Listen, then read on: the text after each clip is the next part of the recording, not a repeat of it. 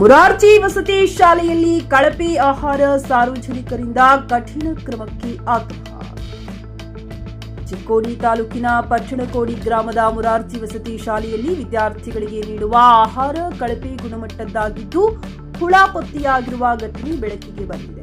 ವಸತಿ ಶಾಲೆಯ ಮಕ್ಕಳಿಗೆ ಅಸ್ವಚ್ಛ ಮತ್ತು ಅಯೋಗ್ಯ ಆಹಾರ ನೀಡುತ್ತಿರುವ ಬಗ್ಗೆ ಪೋಷಕರು ಹಾಗೂ ಸ್ಥಳೀಯರು ಆಕ್ರೋಶ ವ್ಯಕ್ತಪಡಿಸಿದ್ದು, ಈ ಕುರಿತು ಸಾಮಾಜಿಕ ಜಾಲತಾಣಗಳ ಮೂಲಕ ವ್ಯಾಪಕ ಖಂಡನೆ ವ್ಯಕ್ತವಾಗಿದೆ. ವಿದ್ಯಾರ್ಥಿಗಳ ಆರೋಗ್ಯದ ಕಡೆ ನಿರ್ಲಕ್ಷ್ಯ ತೋರಿರುವ ಶಾಲೆಯ ವಾರ್ಡನ್ ಮತ್ತು ಪ್ರಿನ್ಸಿಪಾಲರ ವಿರುದ್ಧ ತಕ್ಷಣ ಕ್ರಮ ಕೈಗೊಳ್ಳಿ ಅಮಾನತು ಮಾಡಿ ಎಂದು ಸಾರ್ವಜನಿಕರು ಆಗ್ರಹಿಸಿದ್ದಾರೆ.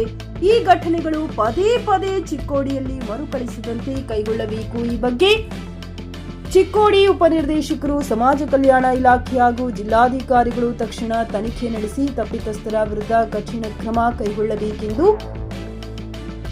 ಸ್ಥಳೀಯರು ಒತ್ತಾಯ ವ್ಯಕ್ತಪಡಿಸಿದ್ದಾರೆ. ಈ ಘಟನೆಗೆ ಸಂಬಂಧಿಸಿದ ವಿಡಿಯೋಗಳು ಸಾಮಾಜಿಕ ಜಾಲತಾಣಗಳಲ್ಲಿ ವೈರಲ್ ಆಗುತ್ತಿದೆ. ಅಮರ್ ಅಶೋಕ್ ಜೊತೆ ಭರತೇಶ್ ನಿಡೋಣಿ, ಜೆಕೆ ನ್ಯೂಸ್ ಕನ್ನಡ, ಚಿಕ್ಕೋಡಿ.